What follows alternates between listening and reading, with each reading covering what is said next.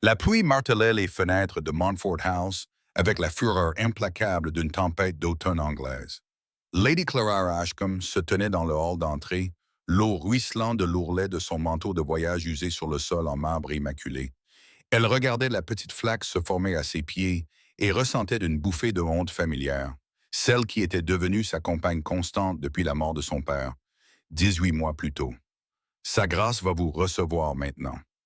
La voix du majordome était soigneusement neutre, mais Clara aperçut une lueur de pitié dans ses yeux avant qu'il ne se détourne. Elle le suivit à travers les couloirs bordés de portraits de Montfort au visage sévère, dont les yeux peints semblaient juger son apparence soudaine et sa situation précaire.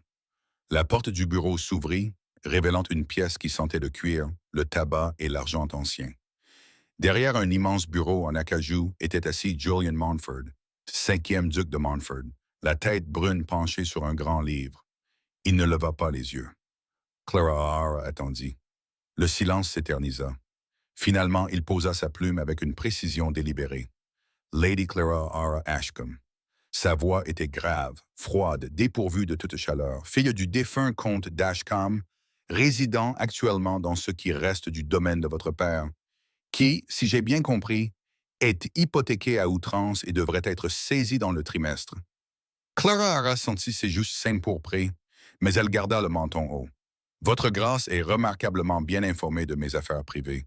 C'est mon devoir d'être informé de toute personne entrant dans ma maison. Il leva enfin les yeux vers elle, et Clara ressentit l'impact comme un coup physique. Julian Montfort était beau, à la manière sévère des statues classiques, avec des traits anguleux et aristocratiques. Ses yeux étaient gris comme la glace hivernale. Sa bouche formait une ligne ferme qui semblait avoir oublié comment sourire. Il avait, selon Clara, peut-être 35 ans, et dégageait une présence qui rendait soudainement cette immense pièce plus petite.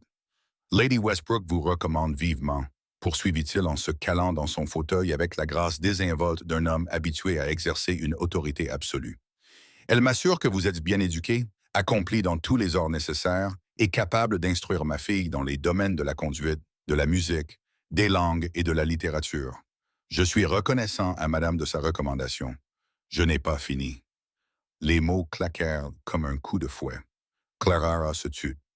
Lady Elwyn a 6 ans. Elle est difficile depuis le décès de sa mère il y a 3 ans. Elle a fait fuir 4 gouvernantes en 18 mois, la dernière étant partie en larmes après une seule semaine. Peut-être, dit Clara avec prudence, que l'enfant a besoin de compréhension plutôt que ce dont l'enfant a besoin, l'interrompit Julien en se redressant de toute sa hauteur, c'est de discipline, de structure et d'un enseignement cohérent, pas de sentimentalisme ni de dorlotement. Ma fille sera élevée dans le respect du devoir, des convenances et de la maîtrise de soi. Si vous ne pouvez pas lui offrir cela, alors cet entretien est terminé. Clara sentit son tempérament, cette même obstination qui avait causé tant de consternation à son père, commencer à bouillonner. Et l'affection, votre grâce? Et la gentillesse? L'enfant a perdu sa mère. Elle a sûrement, dit-il, sa voix prenant une douceur dangereuse. Vous n'allez pas me faire la leçon sur l'éducation de ma propre fille, vous qui arrivez à ma porte, désespéré de trouver un emploi qui vous évitera l'hospice. Ces mots la frappèrent comme une gifle. Clara serra les mains dans les plis de sa jupe humide, ses ongles s'enfonçant dans ses paumes. Elle devait s'excuser. Elle devait baisser les yeux et accepter les conditions qu'il lui proposait. Elle avait besoin de cet emploi. Elle en avait besoin avec un désespoir qui la réveillait la nuit, le cœur battant à tout rompre et les draps trempés de sueur froide. Mais elle avait été élevée comme la fille d'un comte, et certaines choses étaient plus importantes que la nécessité. Je vous prie de m'excuser, votre grâce, dit-elle d'une voix calme, malgré la fureur et l'humiliation qui brûlaient dans sa poitrine. J'ai parlé sans réfléchir. Cependant, si nous devons être clairs l'un envers l'autre, et je pense que nous le devons, alors permettez-moi d'exprimer clairement ma position. Je ne suis pas une gouvernante. Je n'ai pas été formée pour le service. Je suis une femme de bonne famille qui traverse une période difficile. Et je suis disposée à servir de compagne et de préceptrice à Lady Hello parce que les circonstances l'exigent. Mais je ne serai pas traitée comme un être inférieur. Et je ne resterai pas silencieuse si je pense qu'un enfant dont j'ai la charge est maltraité. Le silence qui suivit fut absolu. Les yeux du duc se plissèrent jusqu'à devenir deux fentes de glace grise. Vous avez une audace extraordinaire, dit-il doucement. Je me demande si vous pouvez vous le permettre. Je me le demande aussi, répondit Clarara, imitant son ton. Si votre grâce peut se permettre de perdre une autre préceptrice, Lady Westbrook a indiqué que vous deveniez. Comment a-t-elle formulé cela? Ah oui, plutôt désespéré. Pendant un long moment, ils se regardèrent fixement par-dessus la table en acajou poli. Puis, à la grande surprise de Clara, un coin de la bouche du duc se contracta. Ce n'était pas tout à fait un sourire. Elle soupçonnait Julian Montfort d'avoir oublié comment cela fonctionnait, mais c'était déjà quelque chose. Très bien, Lady Clara. Vous aurez une période d'essai d'un mois, à 15 $ par mois, payée trimestriellement. Vous aurez une chambre dans l'aile Est. Vous prendrez vos repas avec les domestiques supérieurs et vous me rendrez compte chaque semaine des progrès d'Aloan. Vous ne serez ni un membre de la famille, ni une domestique, mais quelque chose entre les deux.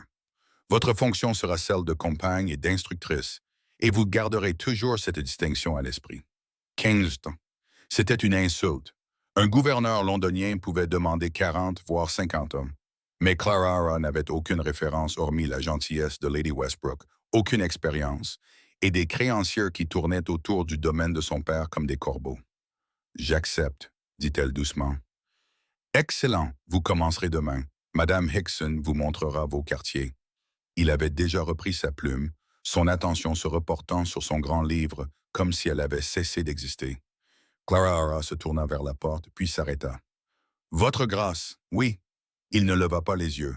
Merci pour cette opportunité. Je m'efforcerai d'en être digne. Il leva alors les yeux, son expression indéchiffrable. Veillez-y, Lady Clara. Je n'ai que très peu de patience pour les déceptions. Alors qu'elle suivait la gouvernante dans l'escalier de service jusqu'à une petite chambre spartiate, qui serait désormais son nouveau foyer, Clara se dit qu'elle pourrait tout endurer pour avoir la sécurité, même un duc froid et arrogant qui la regardait comme si elle était un poste particulièrement fastidieux dans ses comptes domestiques. Elle se le répéta avec fermeté, elle y croyait presque. La nurserie de Montfort House occupait une suite de pièces au 3e étage, loin des pièces officielles où le duc menait ses affaires et recevait ses invités. C'était un espace lumineux, ou du moins il l'aurait été si les rideaux n'avaient pas été tirés pour bloquer la pâle lumière du matin. Clara entra et découvrit une petite silhouette recroquevillée sur le siège de la fenêtre, à moitié cachée derrière de lourds rideaux de velours. Lady Eloan. Pas de réponse. Clara s'approcha, ses yeux s'habituant à la pénombre. L'enfant était vêtu d'une robe grise austère qui semblait plus appropriée pour un deuil que pour les vêtements quotidiens d'une fillette de 6 ans. Ses cheveux noirs, si semblables à ceux de son père, étaient tirés en arrière en une tresse serrée. Elle serrait une poupée de chiffon contre sa poitrine et fixait le vide. « Je m'appelle Lady Clara Ashcombe », dit Clara doucement, en s'installant à l'autre bout du siège près de la fenêtre, prenant soin de ne pas envahir l'espace de l'enfant.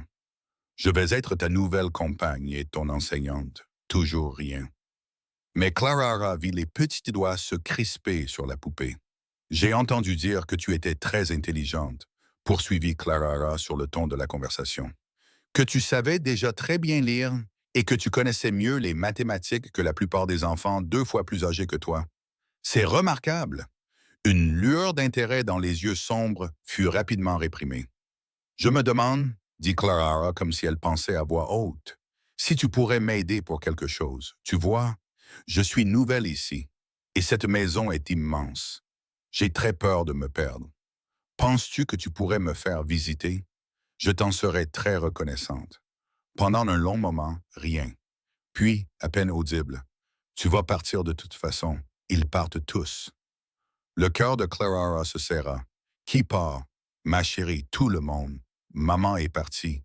Mademoiselle Thornton est partie. Mademoiselle Peters, Mademoiselle Caldwell, Mademoiselle Warren. La voix de la la voix de la petite fille était monocorde, récitant des noms comme une litanie de pertes. Papa dit que je suis difficile, que je les chasse. Il a probablement raison. Il a toujours raison sur tout. Oh, ma chère enfant. Clara se rapprocha lentement, comme on s'approcherait d'un animal blessé. Tu n'as chassé personne. Tu as simplement été très triste. Et la tristesse nous fait parfois agir d'une manière qui ne nous ressemble pas. C'est tout à fait naturel. Papa dit qu'il n'y a aucune excuse pour un mauvais comportement, que je dois apprendre la discipline et la maîtrise de soi. Ton papa, dit Clara avec précaution, t'aime beaucoup, mais même les papas peuvent se tromper parfois, surtout en matière de sentiments. La tête d'Eloin pivota si vite vers elle que Clara faillit sursauter. Tu ne peux pas dire ça. Papa n'aime pas avoir tort. Eh bien, c'est quelque chose que nous avons en commun. Je n'aime pas beaucoup avoir tort non plus, mais nous avons tous tort parfois, que cela nous plaise ou non, même les ducs. Un léger sourire effleura les lèvres de l'enfant. Tu es bizarre. On m'a déjà traité de pire. Bon, revenons à la visite de la maison. Je suis particulièrement intéressé par la bibliothèque. On m'a dit qu'elle était magnifique. Hello hésita, puis sortit de sa position défensive. Elle était toute petite, avec des traits anguleux et de grands yeux dans un visage solennel. Elle est magnifique. Elle contient des livres du sol au plafond, et il y a une échelle coulissante et un globe terrestre aussi grand que moi. Alors je dois absolument la voir. Tu veux bien me la montrer? Pour la première fois, quelque chose qui ressemblait à de l'enthousiasme passa sur le visage de l'enfant. Je suppose que je peux, puisque tu es nouvelle et que tu risques de te perdre. C'est très gentil de ta part. Alors qu'Eloin la guidait à travers les couloirs, bavardant sur l'histoire de la maison et lui montrant divers portraits, Clara sentit un poids s'installer dans sa poitrine. Cette petite fille brillante et blessée avait besoin de bien plus qu'une discipline rigide et des leçons structurées. Elle avait besoin de chaleur, de rire, de la liberté d'être une enfant plutôt qu'une petite adulte en formation. Mais lui offrir tout cela signifierait désobéir aux instructions explicites du Dieu. Clara baissa les yeux vers la petite main d'Eloin, blottie avec confiance dans la sienne, et prit une décision qui allait tout changer. Certaines batailles, pensa-t-elle, valaient la peine d'être menées, même contre un duc. Beatrice Montford, d'Aja, duchesse de Montford, n'avait pas survécu à 63 ans de politique aristocratique en étant inattentive. Elle remarquait tout. La légère hésitation dans le pas d'un domestique qui indiquait des troubles dans la cuisine. La façon dont la mâchoire de son fils se crispait lorsque certains sujets étaient abordés, la qualité du silence dans une maison qui révélait son température émotionnelle aussi clairement qu'un thermomètre. Ainsi, lorsqu'elle descendit prendre son petit déjeuner le 3e jour du séjour de Clara et qu'elle constata que la maisonnée bourdonnait d'une énergie différente, elle en prit note. Madame Hickson souriait en supervisant les valettes de pied. Les femmes de chambre chuchotaient avec excitation en changeant les fleurs dans le salon. Et de quelque part au-dessus venait un son que Béatrice n'avait pas entendu depuis 3 longues années. Le rire d'un enfant. Madame Hickson, dit Béatrice en s'installant dans son fauteuil, qui fait rire ma petite fille. Le sourire de la gouvernante s'élargit. C'est Lady Clara, votre grâce. Elle est une véritable aubaine. Hier, elle a convaincu Lady Eloin de l'emmener déjeuner en lui racontant l'histoire d'une princesse qui ne pouvait briser un sortilège qu'en mangeant tous ses légumes. Ce matin, elles étaient dans la salle de musique. Je crois qu'elle compose une chanson sur les canards. Je crois que c'était ça. Béatrice haussa les sourcils. Des canards? Oui, votre grâce. Lady Elwyn l'a chanté toute la matinée. Quelque chose à propos d'un duc qui se dandinait et qui... Oh, ciel miséricordieux, je ne devrais pas répéter cette partie. Maintenant, vous devez me le dire, dit Madame Hickson en se penchant vers elle d'un air complice. Quelque chose à propos d'un duc qui se dandine avec son air pompeux, qui pensait régner sur les temps, mais qui était en fait complètement fou. Lady Hello a trouvé que c'était la chose la plus intelligente qu'elle ait jamais entendue. Béatrice pressa sa serviette contre ses lèvres pour cacher son sourire. Vraiment? Et mon fils a-t-il entendu cette composition? Pas encore, votre grâce, mais je pense que ce n'est qu'une question de temps. Je pense que vous avez raison. Je pense que je vais finalement prendre mon petit déjeuner dans la salle du petit déjeuner et peut-être que je rencontrerai cette remarquable Lady Clara. La matinée de Julian Montford s'était déroulée comme prévu, comme toutes ses matinées. Il s'était levé à 6 heures, avait fait 1 heure de cheval dans son domaine, avait examiné son courrier pendant le petit déjeuner et travaillait maintenant sur une négociation de contrat complexe avec son avocat. C'est alors qu'il l'entendit, porté par la brise automnale à travers la fenêtre de son bureau. Le duc qui se dandinait avec son charlatan pompeux pensait qu'il régnait sur les temps. Mais en réalité, il était complètement fou. Dandine, dandine, coin, coin, coin. Même les puissants ducs ne peuvent contester un canard. Suivi d'éclats de rire enfantins et d'une voix musicale chaleureuse qui disait « Excellent! Maintenant, ajoutons-nous un couplet sur la duchesse Canard qui était bien plus intelligente que son mari. » La plume de Julien s'arrêta de bouger. Il la posa avec le plus grand soin, se leva de son bureau et se dirigea vers la fenêtre. En bas, dans le jardin, il pouvait voir deux silhouettes. Sa fille était en train de courir. À quand remonter la dernière fois où il avait vu Eloane courir, ses cheveux noirs détachés de leurs tresses, sa robe grise tachée d'herbe à l'ourlet, et à côté d'elle, Lady Clara Ashcombe, sans chapeau et tout aussi ébouriffée, tournoyait en cercle, les bras tendus, comme pour démontrer un élément crucial du comportement des canards. Elles riaient toutes les deux. Julien sentit quelque chose de tranchant et de désagréable se loger sous ses côtes. Il se dit que c'était du mécontentement. Cette femme était censée enseigner à sa fille la discipline, les bonnes manières et les matières scolaires. Pas de gambader dans les jardins en chantant des chansons ridicules sur les canards, marmonna-t-il. Elle a dit que j'étais un canard. Quel canard, ma chérie? La voix de sa mère retentit depuis l'embrasure de la porte. Julien se retourna et vit Béatrice debout, l'air si innocente qu'il comprit immédiatement qu'elle avait tout entendu. « Mère, je ne savais pas que tu étais là. Je viens de rencontrer votre nouvelle employée. Une fille charmante, avec un sens de l'humour formidable. Eloane l'adore. » Béatrice s'installa dans l'un de ses fauteuils sans attendre d'y être invitée. Je n'avais pas vu l'enfant aussi animé depuis la mort d'Alice. Julien serra les mâchoires à l'évocation de sa défunte épouse. L'enfant devrait être assez court, pas en train de gambader dans le jardin en faisant du bruit. L'enfant, dit Béatrice d'un ton doux, a 6 ans. Les enfants de 6 ans doivent gambader. C'est pratiquement leur occupation principale. Et quant au bruit, je crois que la capacité de rire est l'un des cadeaux les plus précieux de la vie, en particulier pour ceux qui ont connu le chagrin. La discipline. Oh, arrête de parler de discipline comme si c'était de la réponse à toutes les questions. Tu as toujours trop ressemblé à ton père, Julien. Tout devoir et aucune joie. C'est ce qui le rendait malheureux, tu sais. Et c'est ce qui te rend malheureux maintenant. Je ne suis pas malheureux. Je gère mon foyer et j'élève ma fille selon oui. Oui, selon des principes appropriés. J'ai déjà entendu tout cela. Béatrice fit un geste de la main pour signifier son mépris. Dis-moi, quand as-tu parlé pour la dernière fois avec Eloane? Pas à propos de son éducation et de son comportement, mais avec elle. Quand lui as-tu demandé pour la dernière fois ce qu'elle pensait? Ce qui la rendait heureuse? Ce dont elle rêvait?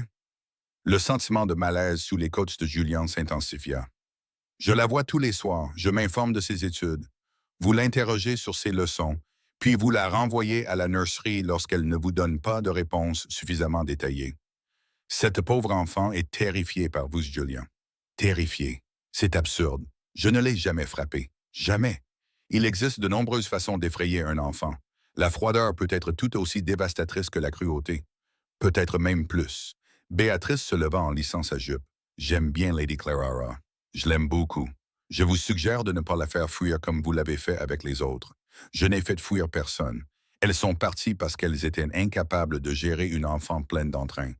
Elles sont parties parce que vous sapiez leur autorité à chaque occasion, contredisiez leur méthode et leur faisiez clairement comprendre que rien de ce qu'elles faisaient ne répondrait jamais à vos normes impossibles à atteindre.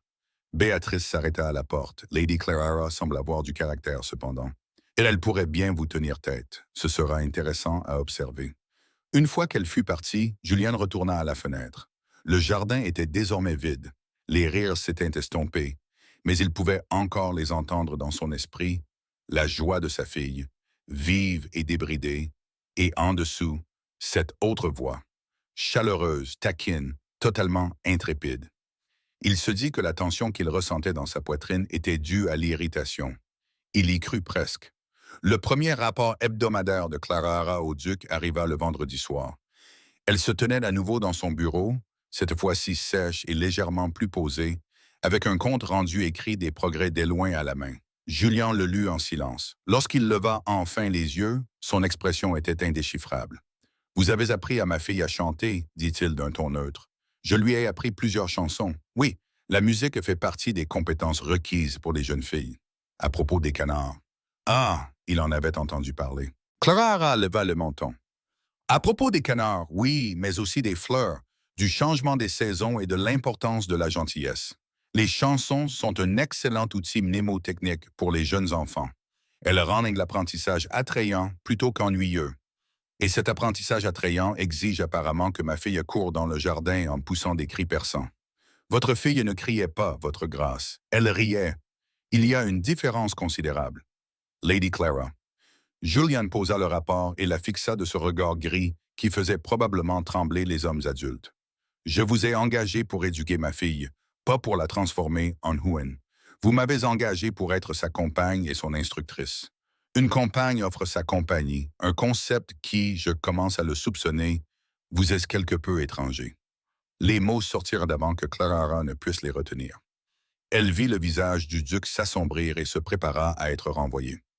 Au lieu de cela, il dit doucement, « Vous êtes remarquablement impertinente pour quelqu'un dans votre position. Préférez-vous que je vous mente, votre grâce, que je prétende qu'une enfant en deuil n'a besoin que de leçons écrites et d'une discipline rigide? Je peux le faire si vous le souhaitez. Je peux transformer Eloan en un petit automate parfait qui reste assis en silence et ne vous cause jamais le moindre souci, mais elle sera malheureuse. Et d'après mon expérience, les enfants malheureux ne deviennent pas des adultes heureux et en bonne santé. Votre expérience, dit-il d'une voix qui se transforma en un ronronnement dangereux. Elle consiste en exactement une semaine passée dans cette maison. Je pense que vous me pardonnerez si j'accorde plus d'importance à mon propre jugement. Votre jugement a conduit 4 gouvernantes à s'enfuir en larmes et une enfant à croire qu'elle est fondamentalement imparfaite. Alors peut-être, votre grâce, que votre jugement gagnerait à être reconsidéré. Le silence qui suivit fut si profond que Clara pouvait entendre les battements de son cœur résonner dans ses oreilles. Elle était allée trop loin. Elle le savait, mais elle ne semblait pas pouvoir s'empêcher de continuer. Hélène m'a dit quelque chose hier. Elle m'a dit que sa maman avait l'habitude de rire et que vous n'aviez pas souri depuis que maman était partie au ciel. Elle m'a demandé si la tristesse était contagieuse, comme un rhume, si c'était pour cela que vous sembliez toujours si malade. Quelque chose passa sur le visage de Julien. De la douleur peut-être, ou de la fureur, ou un mélange des deux. Comment osez-vous? C'est une enfant, votre grâce. Une enfant brillante, sensible, désespérément seule, qui a perdu sa mère et qui croit perdre son père à cause du chagrin et de la colère. Vous pouvez me renvoyer si vous le souhaitez. Je suis sûr que vous trouverez 50 femmes qui accepteront ce poste et garderont le silence, tandis que l'esprit d'une petite fille sera lentement brisé, mais je ne serai pas l'une d'entre elles. Elle respirait difficilement. Ses mains tremblaient sous l'effet de la colère et de la peur. C'était fini. Elle allait être renvoyée et elle retournerait dans son domaine en ruine auprès de ses créanciers et dans la pauvreté lente et écrasante qui l'attendait. Mais avant que Julien n'ait pu répondre, une petite voix se fit entendre depuis l'embrasure de la porte. « Papa! » Ils se retournèrent tous les deux. Eloan se tenait sur le seuil, encore en chemise de nuit, les yeux écarquillés dans son visage pâle. « Papa, s'il te plaît, ne renvoie pas Lady Clara. Je ferai des efforts, je te le promets. Je ferai mes devoirs à la perfection. Je serai sage, calme et tranquille. Je te le promets. S'il te plaît, ne la laisse pas partir. » L'enfant pleurait maintenant. De grands sanglots secouaient son petit corps. Clara s'approcha instinctivement d'elle, mais Julian fut plus rapide. Il s'agenouilla devant sa fille, le visage bouleversé. « Tout le monde part », pleura l'enfant. « Maman est partie, tous les professeurs sont partis. Et maintenant, Lady Clara va partir aussi parce que je suis difficile et que tu seras en colère et que je serai à nouveau seul. Je ne peux pas, je ne peux pas. Chut, ma chérie, chut. » Pour la première fois depuis que Clara l'avait rencontrée, la voix de Julian était douce. « Personne ne part. Lady Clara ne va nulle part. Tu me le promets? » Il leva les yeux vers Clara et elle vit quelque chose de brut et d'incertain dans ses yeux gris. « Je te le promets maintenant. Viens, retournons te coucher. Tu devrais dormir. Tu me raconteras une histoire. » La voix d'Elo était faible, pleine d'espoir. « Comme ma maman le faisait. » Julien déglutit. « Je ne me souviens pas des histoires que ta maman racontait. » « Lady Clara connaît des histoires, dit Elwyn en les regardant tous les deux. Elle pourrait peut-être t'en raconter une, et tu pourrais l'écouter aussi. Clara vit clairement le combat qui se livrait dans le visage du duc. La fierté luttait contre l'amour. Le contrôle lutta contre le désir de donner à sa fille ce dont elle avait désespérément besoin. Si Lady Clara est d'accord, finit-il par dire. Je suis d'accord, dit Clara doucement. Elle les suivit jusqu'à la chambre d'enfant, regarda Julian border sa fille dans son lit avec une tendresse qui fit mal à Clara. Puis elle s'installa dans un fauteuil à côté du lit et commença à raconter une histoire sur une princesse courageuse et un dragon solitaire qui apprirent à devenir amis. Julian se tenait près de la porte, à moitié dans l'ombre, mais Clara pouvait sentir son regard posé sur elle tout au long de l'histoire, pouvait sentir la tension qui émanait de sa silhouette rigide. Quand Alowan finit par s'endormir, Clara se leva aussi discrètement que possible. Elle et Julian quittèrent la chambre ensemble, marchant en silence dans le couloir faiblement éclairé. En haut des escaliers, il s'arrêta. « Lady Clara, dit-elle en se tournant vers lui. Dans la pénombre, ses traits étaient plus doux, moins sévères, presque humains. « Merci, dit-il doucement. Pour cela, pour vous soucier d'elle. Je ne le fais pas parce que c'est de mon devoir, votre grâce. Je le fais parce que c'est une enfant extraordinaire qui mérite d'être chérie. » Son expression changea. « Vous donnez l'impression que c'est simple. Aimer un enfant devrait être simple. Ce sont nous, les adultes, qui compliquons les choses avec nos peurs et notre besoin de contrôle. Et vous pensez que je suis contrôlé par la peur? » Clara envisagea de mentir, puis décida qu'elle avait déjà tout risqué. « Qu'est-ce qu'une vérité de plus? Je pense que vous avez peur de la perdre, comme vous avez perdu sa mère. Alors, vous essayez de la transformer en quelque chose qui ne peut être blessé ou brisé. Mais les enfants ne sont pas des pierres, votre grâce. Ils sont censés être doux, tendres et vulnérables. C'est ce qui fait d'eux des enfants. » Pendant un long moment, il se contenta de la regarder. « Alors, 15 livres, c'est insuffisant pour le travail que vous faites. Je vais augmenter à 30. Ce n'était pas une excuse. Ce n'était pas une reconnaissance qu'elle avait peut-être raison, mais c'était déjà quelque chose. Merci, votre grâce. »« Julian, dit-il brusquement. Lorsque nous parlons d'Alowan, vous pouvez m'appeler Julian. » C'était une fissure dans son armure, petite mais significative. « Julian, dit Clara, testant le nom. » Il semblait dangereux sur sa langue. Intimiste. « Alors vous devriez m'appeler Clara. »« Clara. » La façon dont il le prononça de sa voix grave fit vibrer quelque chose dans son ventre. « Bonne nuit, Clara. Bonne nuit. » Elle le regarda descendre les escaliers, ses larges épaules disparaissant dans l'ombre. Ce n'est qu'une fois qu'il fut parti qu'elle se permit de reconnaître la vérité.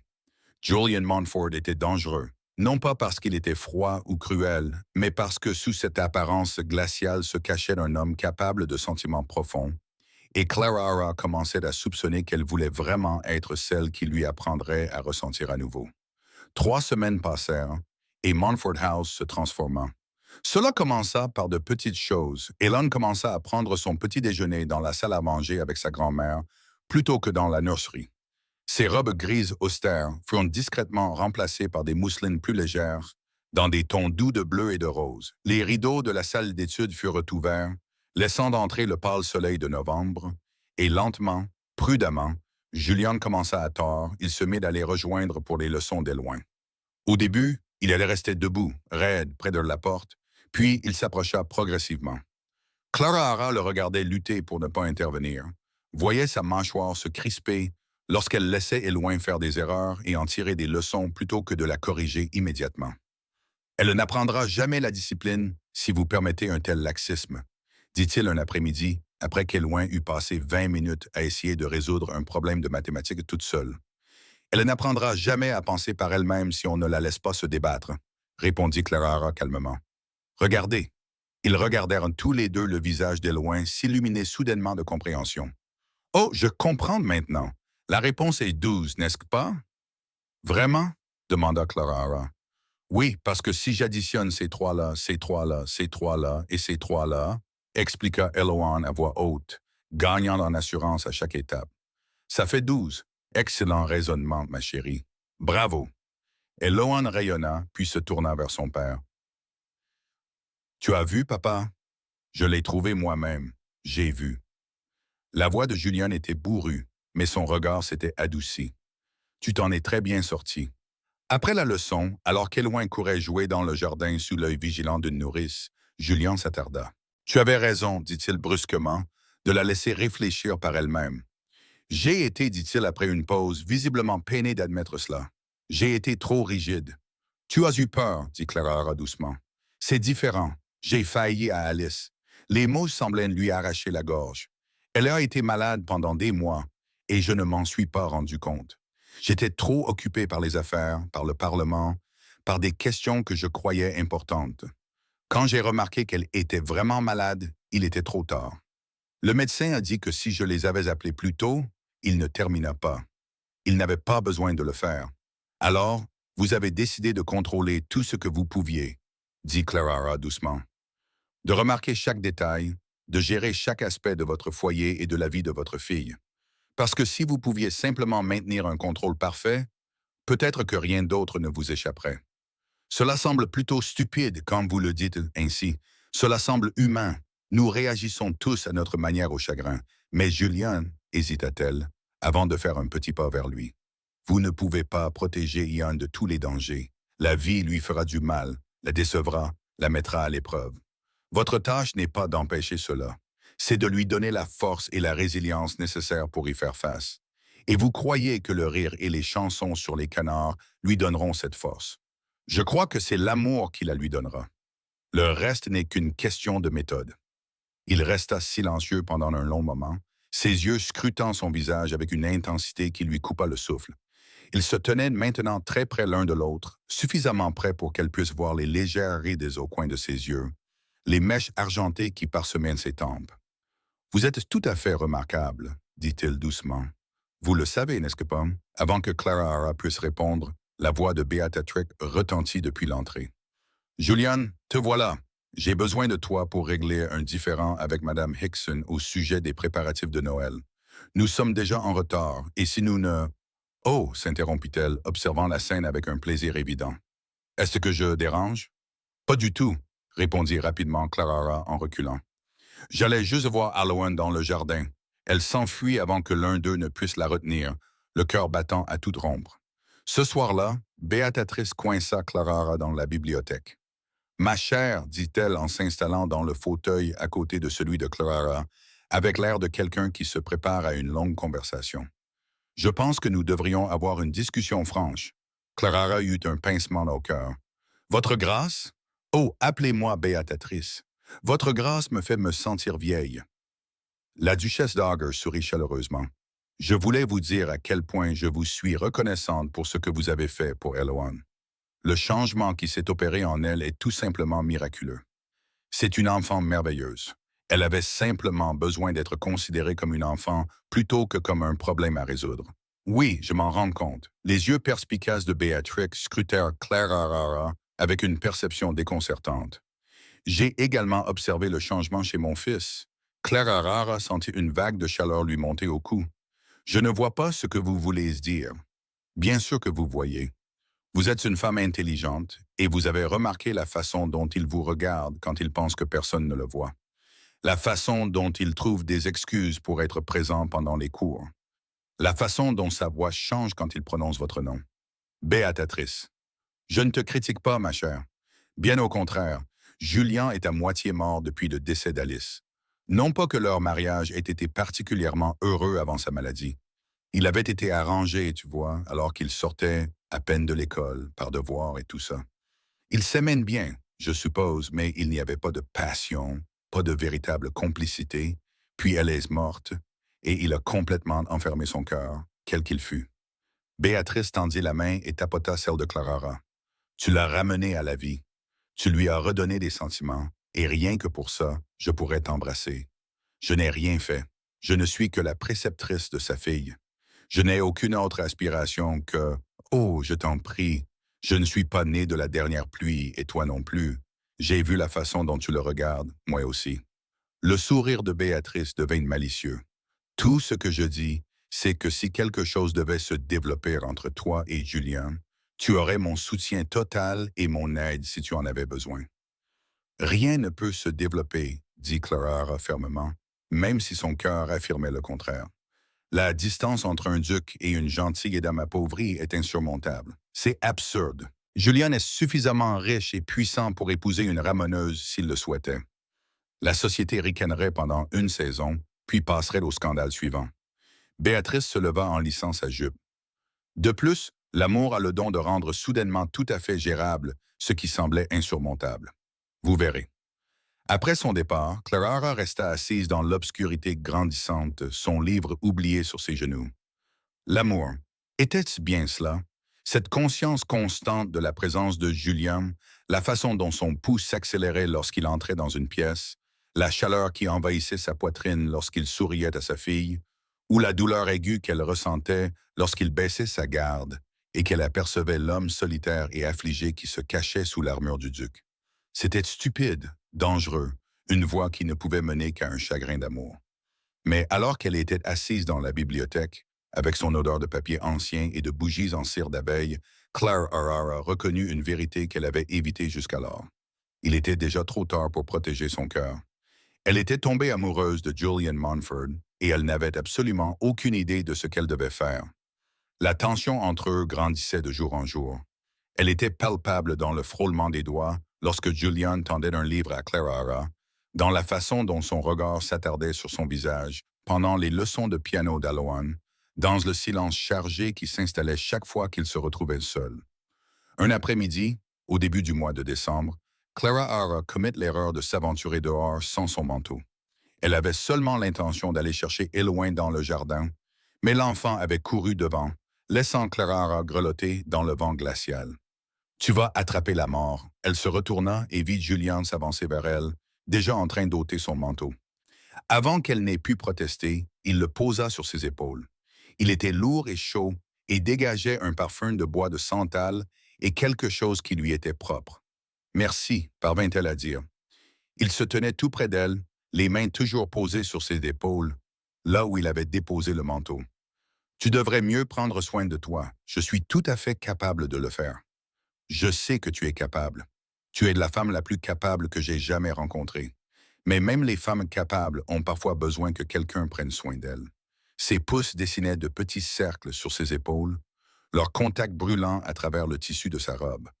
Clara retint son souffle. « Julian, papa, Lady Clara, venez voir ce que j'ai trouvé. » Ils s'écartèrent brusquement lorsqu'Éloin arriva en courant vers eux, serrant quelque chose dans ses mains en coupe. Julian s'éclaircit la gorge et recula. « Qu'est-ce que c'est, ma chérie? » « Une chrysalide.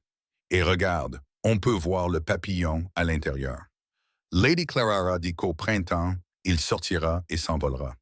N'est-ce pas merveilleux? Merveilleux. Julian acquiesça, mais ses yeux étaient rivés sur Clara, pas sur la chrysalide. Cette nuit-là, Clara resta éveillée dans sa petite chambre, le manteau de Julian toujours posé sur sa chaise. Elle devrait le rendre, mettre de la distance entre elle et ses sentiments dangereux. Au lieu de cela, elle se surprit à respirer son parfum et à imaginer des choses impossibles. Le point de rupture survint 3 jours avant Noël. Julian travaillait de longues heures, s'occupant des affaires de fin d'année. Clara ne le voyait qu'en passant, lors de brèves rencontres dans les couloirs, de repas silencieux où il s'asseyait à une extrémité de la longue table à manger, et elle à l'autre, formelle et distante. Elle se disait que c'était pour le mieux, que la distance entre eux était nécessaire et bonne. Puis il la convoqua dans son bureau. Clara sentit son cœur battre à tout rompre. Entrez. Il était à son bureau, comme toujours, entouré de papiers et de registres, mais lorsqu'il leva les yeux, son visage était marqué par la fatigue. « Clara, merci d'être venue. Asseyez-vous, je vous prie. » Elle s'assit sur le bord de la chaise, les mains jointes sur les genoux. « J'ai examiné les comptes de la maison, dit-il sans préambule, et je suis inquiet. » Son estomac se noua. « Inquiet? Vous êtes ici depuis près de 2 mois. Vous travaillez de l'aube jusqu'à la nuit tombée. Vous enseignez. Oui, mais vous avez également pris des responsabilités qui vont bien au-delà de ce pourquoi je vous ai engagé. Vous avez réorganisé la nurserie, coordonné le personnel de cuisine pour vous assurer qu'Éloin ait des repas équilibrés, et vous avez même commencé à superviser les femmes de chambre qui s'occupent de cette partie de la maison. Vous faites office de gouvernante, de compagne et de gestionnaire du ménage. Le travail supplémentaire ne me dérange pas. Et je vous paye 30 $ par mois, Moins que ce que je paye mon valet de tête, dit-il. Les joueuses de Clara sont pour prêts. Le salaire est adéquat. C'est insultant. Il se cala dans son fauteuil, ses yeux gris fixés sur son visage. Je l'augmente à 60 dollars avec effet immédiat et je change officiellement votre titre de campagne et d'instructrice à celui de gouvernante. Cela correspond mieux à vos fonctions réelles. 60 pounds. C'était généreux, plus que généreux. C'était suffisant pour rembourser les petites dettes de son père et éviter la saisie du domaine pendant au moins un an. C'était aussi une limite claire, un rappel de ce qu'elle était, une employée, une gouvernante, pas une dame de la maison, pas une potentielle. Clara Hara se leva brusquement. Si c'est tout, votre grâce, je devrais retourner à Eloan. Clara Hara, merci pour l'augmentation de votre rémunération. C'est très généreux. Y a-t-il autre chose? Elle vit une lueur de douleur passer sur son visage, rapidement masquée. Non, rien d'autre. Elle avait atteint la porte lorsque sa voix l'arrêta. Je ne voulais pas vous offenser. Clara se retourna. Vous ne m'avez pas offensé. Vous avez été très clair sur ma position dans cette maison, et j'apprécie cette clarté. Ce n'est pas... Il passa une main dans ses cheveux, la frustration évidente dans chaque trait de son visage. Maudite Clara, j'essaie de faire ce qu'il faut. Ce qu'il fallait, c'était de ne pas me regarder comme tu m'as regardé, dit-elle d'une voix tremblante. Ce qu'il fallait, c'était garder une distance appropriée. Mais au lieu de cela, tu me troubles. Tu te tiens trop près de moi. Tu me touches les épaules, tu me donnes ton manteau et tu me fais ressentir des choses que je n'ai pas le droit de ressentir. Et puis tu me rappelles que je suis une employée, qu'il y a une distance insurmontable entre nous. Alors oui, votre grâce, peut-être que la clarté est exactement ce dont j'ai besoin. Le silence qui suivit fut absolu. Puis Julian se mit en mouvement, contournant son bureau à une vitesse surprenante. Il s'arrêta à quelques centimètres d'elle, suffisamment près pour qu'elle doive pencher la tête en arrière pour croiser son regard. « Tu crois que je ne sais pas qu'il y a une distance entre nous? » Sa voix était basse, rauque. « Tu crois que je ne suis pas resté éveillé la nuit à énumérer toutes les raisons pour lesquelles je devrais rester loin de toi? Tu es mon employé. Tu es assez jeune pour être, non pas ma fille, mais certainement trop jeune pour un homme de 5 et 30 ans. Tu as traversé des épreuves et des pertes, et tu mérites la sécurité. Pas les complications d'une relation avec ton employeur. J'ai énuméré toutes les objections rationnelles une centaine de fois. Alors pourquoi? Parce que rien de tout cela n'a d'importance quand tu es près de moi. Les mots semblaient lui échapper. Parce que je pense à toi constamment. Parce qu'Eloane me demande chaque matin si j'ai remarqué à quel point tu es jolie, et je veux lui dire que je n'ai rien remarqué d'autre. Parce que hier tu as ri de quelque chose, dit-elle, et j'ai voulu traverser la pièce. Et il s'interrompit, respirant bruyamment. Et alors, murmura Clara. Alors, il l'embrassa. Ce n'était ni hésitant ni doux. C'était féroce et désespéré, le baiser d'un homme qui s'était retenu trop longtemps.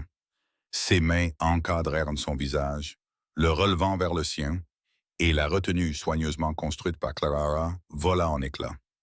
Elle l'embrassa en retour avec tout le désir qu'elle avait réprimé, ses doigts agrippant son col, son corps se cambrant contre le sien. Il poussa un gémissement rauque et la plaqua contre la porte, sa bouche traçant un feu le long de sa mâchoire, de sa gorge. Dieu merci. Ils se séparèrent brusquement. Béatrice se tenait figée dans l'embrasure de la porte communicante avec le salon, pas le couloir, Dieu merci, la main pressée contre son cœur. Béatatrice, commença Julien d'une voix rauque. Ce n'est pas. Oh, tais-toi, Julien. C'est exactement ce que ça semble être, et j'en suis ravi. Les yeux de la duchesse douairière brillaient d'espièglerie. Mais la prochaine fois, vous feriez bien de fermer les portes à clé. Madame Hickson va arriver d'un instant à l'autre avec le service à thé, et je soupçonne qu'elle est moins ouverte d'esprit que moi. Clara aurait voulu que le sol s'ouvre et l'engloutisse tout entière. Je devrais partir. Tu devrais rester, rétorqua Béatrice. Vous devriez toutes les deux rester et discuter de la suite comme des adultes rationnels, ce qui, j'en conviens, est beaucoup demandé, étant donné que vous étiez sur le point de vous dévorer l'un l'autre contre la porte du bureau. Mais, mère, dit Julien en serrant les dents, votre aide n'est pas nécessaire. Non, alors tu as un plan pour remédier à cette situation? Le silence était accablant. C'est bien ce que je pensais. Béatrice s'installa dans l'un des fauteuils avec l'air d'une femme qui se prépare à un long séjour. Très bien, voici ce qui va se passer. Julien, tu vas reconnaître que tu es tombé amoureux de Clara Ara. Clara Nara, tu vas reconnaître que tu es tombée amoureuse de Julian, puis nous allons tous discuter de la manière de gérer les aspects pratiques sans provoquer un scandale qui fera jaser la haute société pendant des décennies. Je ne peux pas, commença Clara. Aime-moi, termina Julien doucement. Parce que je t'aime. J'ai essayé de ne pas t'aimer, mais je ne suis apparemment pas très doué pour contrôler mon propre cœur. Le monde semblait basculer. Clara fixait cet homme fier et difficile qui venait de se mettre à nu devant sa mère, devant Dieu et devant tous ceux qui pouvaient l'entendre. Sa voix se brisa. Elle réessaya. Je t'aime, mais Julien, tu es un duc. Je ne suis personne. Je n'ai ni fortune, ni relation, rien à t'apporter. Tu as ramené ma fille à la vie. Tu m'as ramené à la vie. Si tu penses que la fortune et les relations l'emportent sur cela, c'est que tu n'as pas prêté attention. La société sera impitoyable. Qu'elle le soit. Je suis assez riche et assez puissant pour surmonter n'importe quelle tempête. Il lui prit les mains et les serra fermement. Dis oui, Clara. Dis que tu m'accepteras. Dis que tu seras ma femme et la mère d'Aloan, et laisse-moi passer le reste de ma vie à essayer de te mériter. Tout cela arrive très vite. Nous pouvons attendre, si tu préfères, et faire une cour en bonne et due forme, avec des fleurs, de la poésie et tout ce qui va avec. Mais je dois te prévenir, je suis nul en poésie et je ne sais absolument pas arranger des fleurs. Malgré tout, Clara rit. Tu es ridicule. Je suis amoureux. Apparemment, cela a un effet similaire. Son expression devint sérieuse. Mais vraiment, Clara, nous pouvons prendre tout le temps qu'il te faut. Je ne te pousserai pas à faire quelque chose dont tu n'es pas sûr. Elle plongea son regard dans ses yeux gris, y voyant de la vulnérabilité, de l'espoir.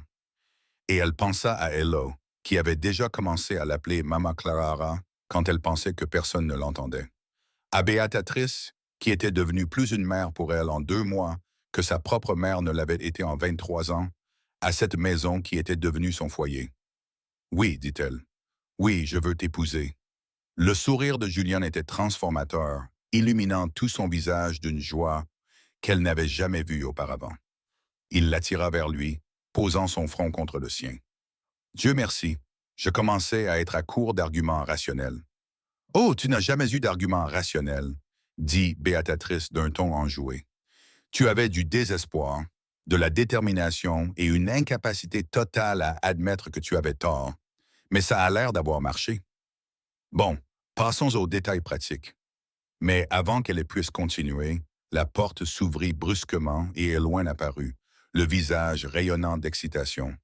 Papa, Lady Clara, il neige. Venez voir. Tout le jardin est recouvert de neige, dit-elle avant de s'arrêter, émerveillée par la scène. Pourquoi tout le monde pleure? Vous êtes triste? Heureux? Dit Clara en se précipitant vers elle. Nous sommes heureux, ma chérie. Pourquoi es-tu heureuse? Julien s'agenouilla pour se mettre à la hauteur de sa fille. Comment te sentirais-tu si Lady Clara restait avec nous pour toujours? Si elle devenait ta maman? Les yeux d'Eloin s'écarquillèrent, puis elle se jeta sur Clara avec une force telle qu'elle faillit la renverser. Oui, oui, oui, s'il te plaît, dis oui. Reste pour toujours, sois ma maman et ne pars jamais. Je reste, promit Clara en serrant l'enfant contre elle. Je ne vais nulle part. La tête d'Eloine se retrouva au niveau de celle de Julian, et dans son regard, elle vit tout ce qu'elle avait peur d'espérer. L'amour, la promesse, un foyer. Les fiançailles furent annoncées le jour de Noël. Béatrice avait préconisé d'attendre plus longtemps avant de le rendre public, mais Julien était catégorique. Je ne veux pas que Clara continue à travailler pour moi pendant nos fiançailles. Ce n'est pas convenable, et cela alimenterait les ragots. Nous l'annonçons maintenant, nous nous marierons au printemps et nous affronterons quiconque osera s'y opposer. La réaction initiale de leur petit cercle social, composé principalement de voisins et d'associés de Julien, fut prudemment positive. Après tout, Clara était la fille d'un comte, même si elle était pauvre. Ce mariage était peut-être inhabituel, mais pas scandaleux. Puis les journaux londoniens s'en sont emparés. Le premier article est paru début janvier, alors que Clara et Julian planifiaient leur mariage. Elle était dans le salon avec Béatrice, occupée à trier les invitations, lorsque Julien est entré, un journal serré dans le poing. Ne le lis pas, a-t-il dit d'un ton sec. Naturellement, Clara s'en empara immédiatement. Le choix désespéré du duc, lut-elle à haute voix. Des sources proches du duc de Montfort ont confirmé que Son Altesse s'était effectivement fiancé à Lady Clara Ashcombe, anciennement employée comme gouvernante de sa jeune fille. Lady Clara, fille du défunt et très regretté comte d'Ashcombe, vivait dans la misère depuis que la mort de son père l'avait laissé sans le sou et sans amis. On ne peut que spéculer sur la manière dont cette jeune femme entreprenante a obtenu une position aussi avantageuse dans la maison du duc, puis son affection. L'insinuation était claire et vicieuse. Les mains de Clara étaient fermes lorsqu'elle posa le journal, mais à l'intérieur, elle sentit quelque chose se briser. Eh bien, ils n'ont pas perdu de temps, n'est-ce que pas? C'est absolument ridicule, grogna Julian. Je vais les poursuivre pour diffamation. Je vais... Tu ne feras rien, l'interrompit Clara. Cela ne ferait qu'attirer davantage l'attention sur cette histoire. Nous allons l'ignorer et continuer comme prévu. Mais le mal était fait. D'autres articles suivirent, chacun plus créatif que le précédent dans ses insinuations.